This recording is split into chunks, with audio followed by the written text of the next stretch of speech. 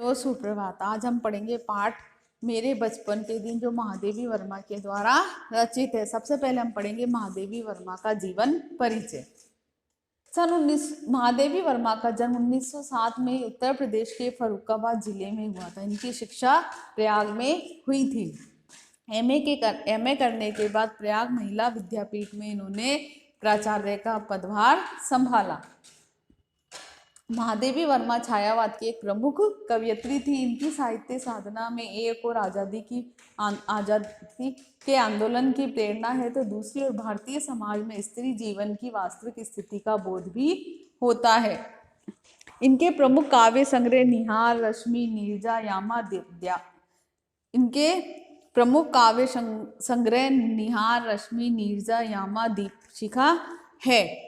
अतीत के चलचित्र, स्मृति की रेखाएं, पथ के साथी, श्रृंखला की कड़ियां इनकी महत्वपूर्ण क्या है? गद्य रचनाएं हैं। इन्हें साहित्य अकादमी और ज्ञानपीठ पुरस्कार से सम्मानित किया गया। भारत सरकार द्वारा इन्हें पद्म भूषण से अलंकृत यानी सम्मानित किया गया है। ये था इनका जीवन परिचय। पाठ परिचय। प्रस्तुत पाठ में महादेवी वर्मा ने क्या है? अपने जीवन का, अपने बचपन के दिनों का बड़ा ही सुंदर वर्णन किया है। कहती है कि उनके परिवार में 200 वर्ष बाद महादेवी वर्मा ने जन्म लिया था, यानी इससे पहले उनके परिवार में 200 वर्ष तक कोई लड़की पैदा नहीं हुई थी। इसलिए उन्हें अपने परिवार में अपार स्नेह मिलता है, और जो और लड़कियों को सहना पड़ता है वो कुछ भी उन्हें सहना नहीं पड़ता है। पाठ। बचपन की स्मृतियों में एक विचित्र सा आकर्षण होता है। कभी कभी लगता है जैसे सपने में देखा होगा, परिस्थितियां बहुत बदल जाती है। यानी जब बचपन की यादों को याद करते हैं तो ऐसा लगता है कि वह सब क्या होगा, एक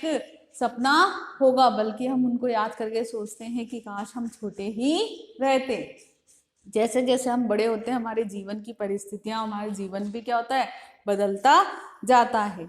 हमारे परिवार में कई पीढ़ियों के बाद उत्पन्न हुई मेरे परिवार में प्राय 2 वर्षों तक कोई लड़की नहीं थी ही नहीं। यानी महादेवी वर्मा का जन्म उनके परिवार में कितने वर्षों बाद? 2 वर्षों बाद, 200 वर्षों बाद हुआ था।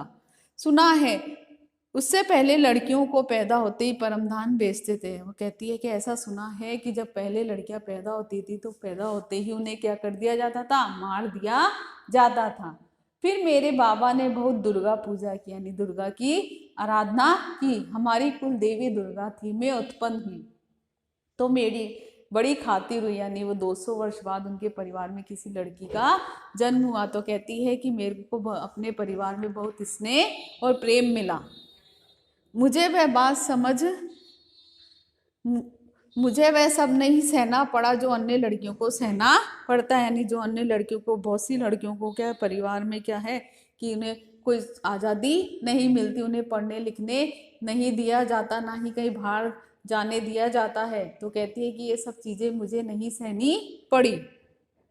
परिवार में बाबा फारसी और उर्दू भाषा जानते थे, पिता ने अंग्रेजी पढ़ी थी।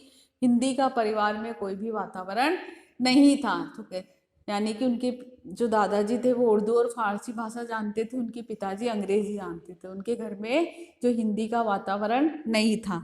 लेकिन जब मेरी माता यानी उनकी माता आई तो वे अपने साथ किसका वातावरण लेकर आई? हिंदी भाषा का वातावरण लेकर आई। वे पूजा पाठ भी बहुत करती थी। पहले पहल उन्होंने मुझको पंचतंत्र पढ़ना सिखाया, यानी पंचतंत्र पढ़ना भी उन्होंने अपनी माँ से ही सीखा था। बाबा कहते थे इसको हम विदुषी बनाएंगे, यानी बहुत ज्ञानी बनाएंगे। मेरे संबंध में उनका विचार बहुत ही ऊंचा रहा है, इसलिए पंचतंत्र भी पढ़ा और संस्कृत भी पढ़ी। वे अवश्य चाहते थे कि वह उर्दू और फारसी भाषा भी सीखे, लेकिन उसमें उनका बिल्कुल भी मन नहीं था। जब एक दिन मौलवी साहब को देखा, जब एक दिन मौलवी साहब को देखा तो बस दूसरे दिन में चारपाई के नीचे जा छुपी। यानी मौलवी साहब जब उनको पढ़ाने के लिए, उर्दू भाषा पढ़ाने के लिए घर आए तो वह उनसे छुपकर कहाँ? एक खाट के नीचे जाकर छुप गई। तब पंडित जी आए संस्कृत पढ़ाने। माँ थोड़ी संस्कृत जानती थी, गीता में उनकी विशेष रुचि थी। पूजा पाठ के समय, यानी पूजा पाठ जब उनकी माँ पूजा पाठ करती थी तो जो महादेवी वर्मा वह भी उनके साथ बैठ जाती थी और संस्कृत सुनती थी। उसके उपरांत उन्होंने मिशन स्कूल में रख दिया, यानी उसे मिशन स्कूल में एडमिशन दिला दिया। मिशन स्कूल का वातावरण दूसरा था, वहाँ प्रार्थना दूसरी थी, मेरा मन नहीं लगता, वहाँ जाना बंद कर दिया। यानी मिशन स्कूल का जो वातावरण था उन्हें बिल्कुल भी अच्छा नहीं लगा था, इसलिए उन्होंने मिशन स्कूल जाना बंद कर दिया। उसके बाद उन्हें क्रॉसवेट गर्ल्स कॉलेज में एडमिशन दिलाया गया, जहाँ उन्होंने 5वीं कक्षा में दाखिला लिया। यहाँ का वातावरण बहुत अच्छा था।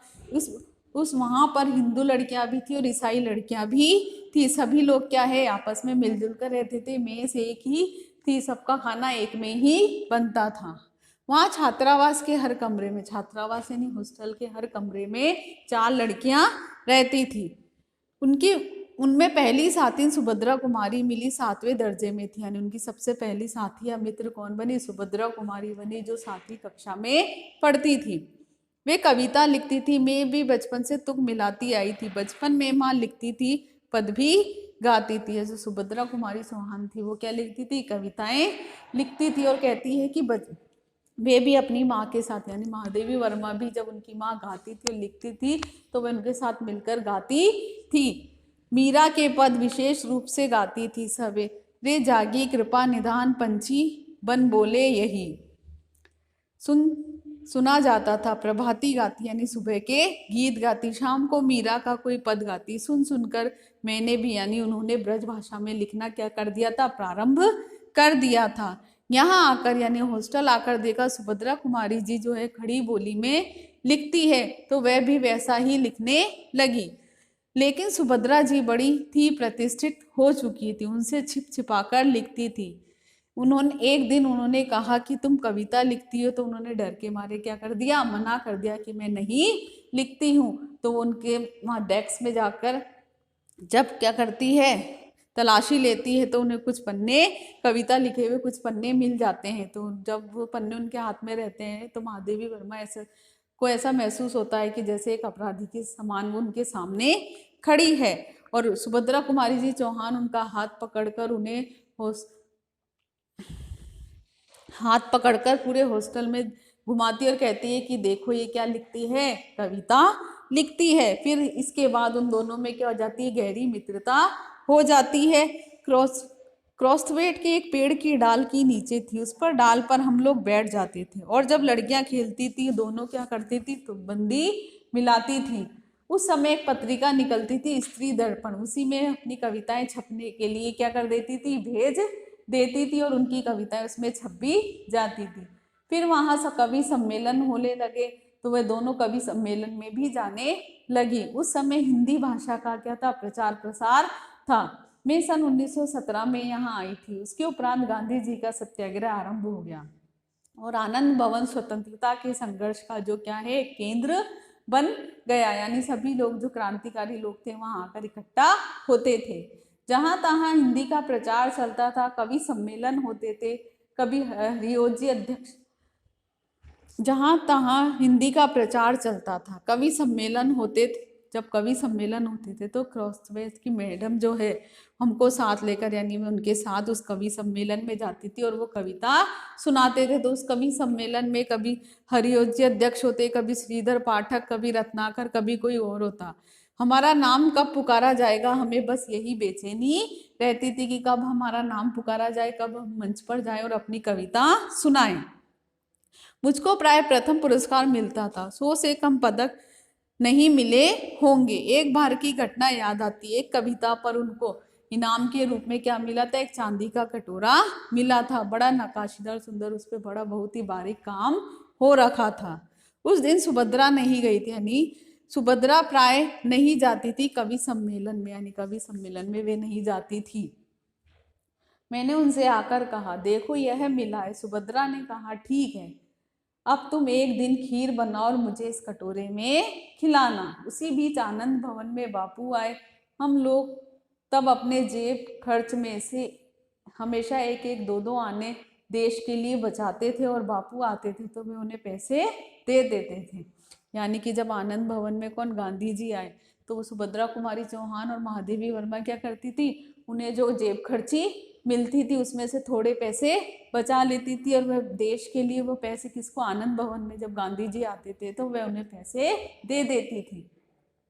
उस दिन जब बापू के पास गई तो मैंने अपना कटोरा भी लेती गई। मैंने निकालकर बापू को दिखाया। मैंने कहा, कविता सुनाने पर मुझको ये चांदी का कटोरा इनाम के रूप में मिला है। कहने लगे, अच्छा दिखाओ तो मुझको। मैंने कटोरा उनकी ओर यानी उनकी तरफ बढ़ा दिया तो उसे हाथ में लेकर बोले, देती है तू इसे? जैसे ही उन्होंने कटोरा हाथ में लिया तो उस महादेवी वर्मा से कहते हैं, क्या तू इस कटोरे को मुझे देती है? अब मैं क्या कहती, मैंने दे दिया, लौट आई। दुख हुआ कि कटोरा लेकर कहते कि कविता क्या है, पर कविता सुनाने को उन्होंने नहीं कहा। यानी उन्हें दुख इस बात का हुआ कि गांधी जी ने नहीं पूछा कि कौन सी कविता सुनाओ। लौटकर अब मैंने सुभद्रा जी से कहा, कटोरा तो चला गया। सुभद्रा जी ने कहा, जाओ दिखाने, और जाओ दिखाने। और बोली, कटोरा भले ही चला गया लेकिन तुमको खीर तो क्या है, बनानी ही पड़ेगी। चाहे पीतल के कटोरे में खिलाओ, चाहे फूल के बने कटोरे में खिलाओ। लेकिन उनके मन में एक प्रसन्नता थी कि उन्होंने कटोरा किसको दे दिया है। महादेवी वर्मा के मन में एक प्रसन्न, मन ही मन प्रसन्न थी कि वो कटोरा उन्होंने किसको, गांधी जी को दे दिया है।